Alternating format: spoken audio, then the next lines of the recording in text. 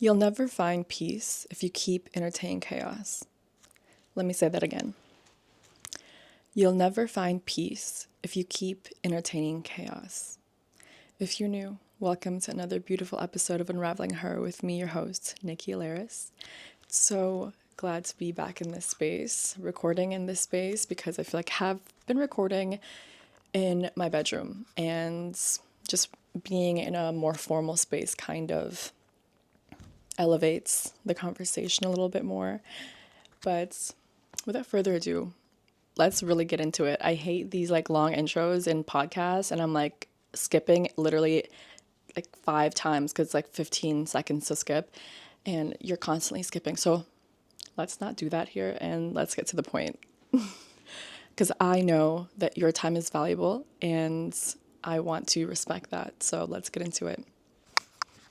For those of us who have been trying to manifest peace in your life because you're so sick and tired of these people playing you, whether it's in friendships and relationships, it's just always seems so chaotic in your life, right? You want peace. I get it. I do too, growing up in a household where it seemed very chaotic, and the only time I ever got peace was when I was alone. I have been craving peace all my life. And it really didn't click to me until like after college, a little after college. I'm like, I just want things to be still for a second. I want things to be quiet for a second. Like, I just want the whole world to stop, right? It felt like I was moving at such a fast pace. Things were transitioning and shifting, and I was so emotional and I was so depressed. And at so many different points of my life, I just wanted peace so badly. But I wasn't doing what I needed in order to get peace. I was attracting so much chaos. I was feeding the chaos in my life, yet I was trying to manifest peace. I was going out, as you do.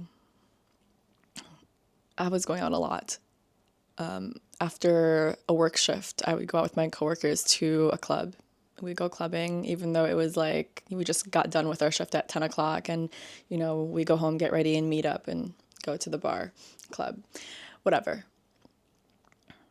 And then you meet with people, you get drunk, and it's just like so much chaotic energy. You don't really find real friends at clubs, let's be honest. And I was also at school at the time, and there was like so many stressors going on, not just from school, but also from personal life, and just trying to balance it all had me drained. I was burnt out. Through all of this chaoticness, I was craving peace so badly. I would do anything to have it. Because there were so many points where I felt burnt out, and I felt like, why? Why am I so burnt out? I just so badly want things to be still for just a second. And I was so sad and depressed at those times too. And being in that position, I felt like I was in a really, really low place. And that's one of those points that made me realize how badly I wanted peace in my life and how I wanted things to be still. And that's when I really wanted to acquire this so-called trend of slow living. And I was like, oh, when I get older, when I retire, I can finally slow down and enjoy life. Reality is, peace is not something you find. Peace is something you create. Create the time for, create within your day. When you retire, it doesn't automatically mean that life is going to be easier. You're going to have health issues coming up. People around you are dying, and things get heavy. And I want people to recognize, not just me when I'm listening to this, but to whoever's listening, that things don't get any easier as you get older. It really doesn't. And For the longest time, I thought, oh, once I get a little bit older, I'll find peace and things will start to settle down. And for those of you who are way older than me listening to this, you guys are probably like, you're so funny, because I got hit with that reality real quick. And I realized that no, you just take on more responsibility. Things just they just get heavier. It's a lot to handle, and it's a matter of how you respond to these things that are going on in your life. And you can't acquire peace when you keep entertaining people. Let's take, for example, relationships. Let's dissect this, because I see it so often in so many of my friends and family, that they want peace, right? Yet they keep entertaining people who are chaotic and bring chaotic energy into their life and don't bring them stability. Why do you want peace when you keep attracting people who are making your life unstable, who aren't encouraging you, who isn't helping you when you need them, like when you need it? Don't entertain them at all. Like, I think it's this desire to feel valued, to feel needed, and which is why people tend to attract and entertain chaotic energy from people. Because the people, just think about this for a second. The people that's currently in your life right now, whether it's friendships or relationships, they are a reflection of you. If you feel like your friends are talking behind your back, if you feel like your partner just has this negative energy, they're a reflection of you. Believe it or not, you are what you attract. And if you keep attracting low vibrational energy, you're going to attract low vibrational people in low vibrational relationships. And I learned that on real early in my life, just because I was like, why do I feel so drained? And why are people around me so draining to be around? I don't feel like my energy levels have ever been at 100% when I'm around these people. And so I started to kind of zoom out and realize that, oh, the reason why I feel so drained and heavy is because I'm not getting the full support and encouragement that I need. And it's in those moments where you recognize, oh, I can create boundaries. Yes, girl, you can create boundaries. And it's so crazy too, because I feel like as women, we're so blinded and we have a hard time creating boundaries with people in friendships and relationships, because we, in our nature, are very nurturing people. We like to take care of people. And we always have this urge to fix things, fix people. And we take on problems that really aren't our problems, because it's in our nature to help. It's in our nature to nurture. And the truth is, a lot of people, I've noticed this, even my loved ones, they don't recognize their own, like, that they can create boundaries, and they keep tolerating so much bullshit and just keep letting stuff slide because they don't have boundaries. And it's a matter of when you've had enough, and for some people, it takes, earlier on in their life, they recognize that, oh, I can't tolerate that. Nope, I'm gonna stay away from it. Some people spend their whole life tolerating bullshit and then question themselves as to why they are depressed or why they're so stressed. It's because of your boundaries, not just with your relationships with people, but it starts with you. It starts with how you do things in your day-to-day life. If you feel like shit, you feel drained, you feel exhausted, don't push yourself. Rest, take it easy, decompress, whatever that may look for you. For me, decompressing looks like getting off my phone, because I'm always on my phone. It's a part of my job now, and I have to be on my phone, it seems like, all day, every day.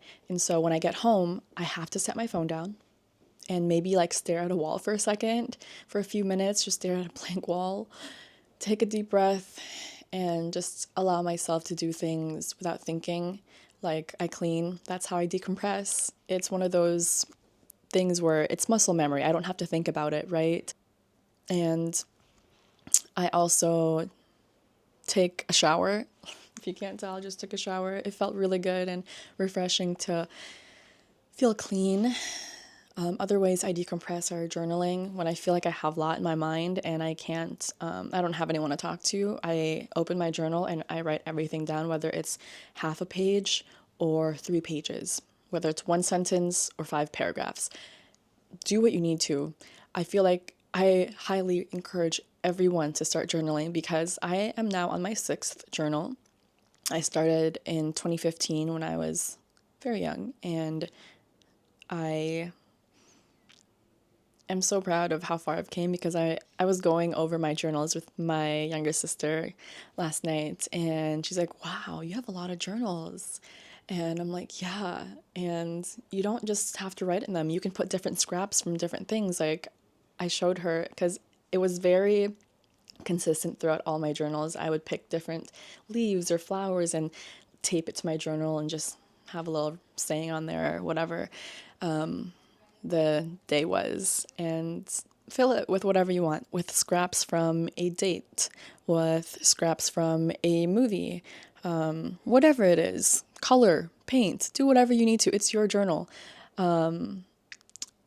It's just once you start writing and over the years you've accumulated a couple journals, you can start to recognize how you've slowly been unraveling as a person and evolving.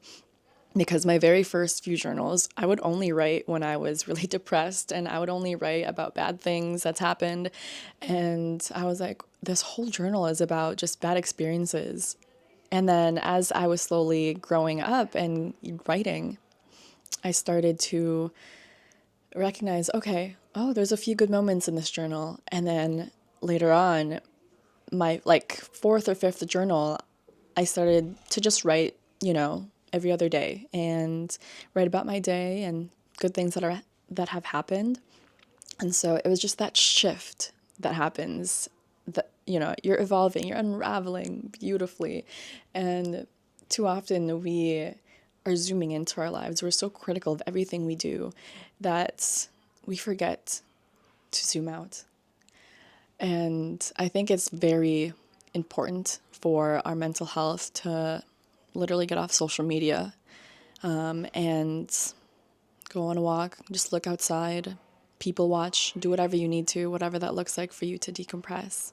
Those are just a few things that I do to decompress, and that's how I've slowly started to cultivate peace in my life, is by taking time within my day to decompress and release.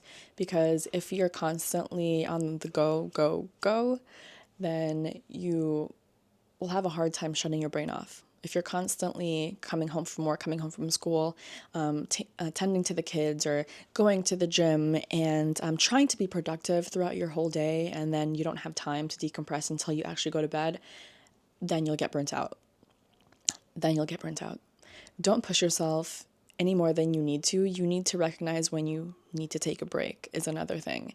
It took me a long time to recognize, hey, I need to slow down. I need to take a break, because I've always lived in a fast-paced environment and I have always felt guilty for taking a break. I know as women, we feel very guilty at any time if we need to take a break, because I feel like there's so much expectation for us as we grow into womanhood, into adulthood. There's so much expectations for us to get it figured out earlier on and to know if you want to have kids or want to get married. And there's just such unrealistic expectations for us. And I love how this new generation of women coming up is just not giving a fuck and doing whatever the hell they want. And there's this new saying that your 30s are your new 20s. And I love that. I love that women are encouraging each other to just fully explore again and to fully get to know yourself again, because I feel like your 20s are an experimental decade of adulthood, and then your 30s come in and you're like, okay, I got a good idea of what adulthood is, and then you have another decade to kind of try different things again and get to know yourself in different aspects of life, in a new career, in different friendships, and you cultivate so much as you get older.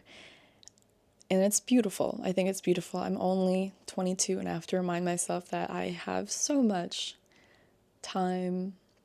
Yet it's ironic because everyone, not just women, but people in their 20s in general, feel like they are running out of time because I feel like people from their 20s to 27 and in between that age, people are graduating college, they're getting engaged, getting married, having kids, and buying houses. It's a very critical point. It's not critical, but it's a very transformational stage in your life, and there's so much transitional changes going on and from your peers, and you feel pressured to do the same thing. No, don't. Go at your own pace. I have felt that. I've felt that pressure when I see people, when I see my peers getting engaged and having kids and getting married, and I'm like, oh, that must be nice. And then it kind of plants a seed in your mind that, oh, what if I got married? What if I had kids right now? It's those little things. Don't give in unless you want to, unless that's your plan. By all means, go ahead. But I'm just saying, you have such an open canvas. Don't paint based off of what other people are doing with their lives. Create something for yourself. And it's crazy because I had this expectation that, oh, by 30, I'll start settling down and just, get my life together. But that, I feel like, is definitely going to change. It's ever changing. Your expectations for yourself are always ever changing. And so for me, the way I've cultivated peace in my life is to get to know myself through different painful experiences and just recognizing my energy levels and who I surround myself with. Because there's this saying, if you hang out with 5 rich friends, you're going to be the 6th one. If you hang out with 5 friends who are unmotivated, you're going to be the 6th one. So choose your circles wisely. And I think that's because I have seen it in myself and I've let go a lot of people in my life. And I've just recognized that I need a good team. I need a good team in my circle. And to be honest, I don't have a lot of close friends. I have friends, but I don't have a single close person I tell everything to regularly. All I can think of is my sister, Bella. We're super close, and I love how we're very transparent with each other. And I love telling her about my life in my 20s, getting older, what to look out for, what not to look out for, or like, just giving her so much advice. And she gives me such simple and what's the word? Simple and refreshing advice from a 15-year-old, you know, just very funny things. And she reminds me that I take things too seriously and I need to not take things too seriously and keep it simple. That's another thing too, is I stopped entertaining chaos because it was just overwhelming for me. And I was like getting sick and tired of feeling this way. I was getting sick and tired of always feeling like I had to prove myself to people. I was exhausted at the fact that I felt like I wasn't enough for people and I was in competition with people. I just didn't like that energy. Like my true friends, my new friends that I've made now make me feel very much valued because they listen and they don't just go along with what I say and they're like, oh yeah, right, yep, They listen and they will be straight up with me, and I love the honesty and I love the feedback because we are like if you know tennis, this is a tennis term I learned. I'm not at all good at tennis, but volleying. We go back and forth really well. And it's not about telling each other what to do by all means. It's just telling each other, oh, if you do this, well, you should consider this too, you know? Just that's the type of feedback I want. And in the past, I have had friends who are very judgmental and very like all in your face and very just, yeah, judgmental. And so I was like, ooh, that feels different. I don't know how I feel about telling you all of this heaviness and then having to receive this like negative energy. And so once you start to become in tune with yourself, then you're going to start attracting peace in your life. You won't attract peace until you stop entertaining chaos. Stop playing with these men who are playing you and will hit you up as a booty call. Be so for real. Know your worth, girl. Like, you, honestly, I see this so often. Women forget to know what they're worth, they forget to know their value when they're so blinded by this love bomb. It's just, it's irritating to see a bunch of gorgeous women go into these relationships with men who are literally just playing them and have nothing serious and nothing to offer really, and they're just love bombing them and giving inconsistent love, and that's really not what you deserve. You deserve a love that's consistent. You deserve a love that makes you feel protected. You deserve a love that makes you feel complete. You deserve a love that makes you feel supported, and you deserve love in general. So start loving yourself, start taking care of yourself, start taking bubble baths if you can, start going on a walk, start journaling, and start cutting people off. That will be my biggest advice for you. Your future depends on who you surround yourself with. So start surrounding yourself with people that will help you thrive. Start surrounding yourself with people who genuinely care about your growth and aren't just there when you're thriving. You need people who will be there for you in all stages of your life. And I'm still working on finding those people. Those people will come to me. I am in no shape or form to rush. I'm not in a rush at all. I feel like when I found my boyfriend right now, I was not looking for love. It was kind of ironic because I felt really good. You know, for the first time at that point in my life, I felt really good about myself and I was just very open to receiving.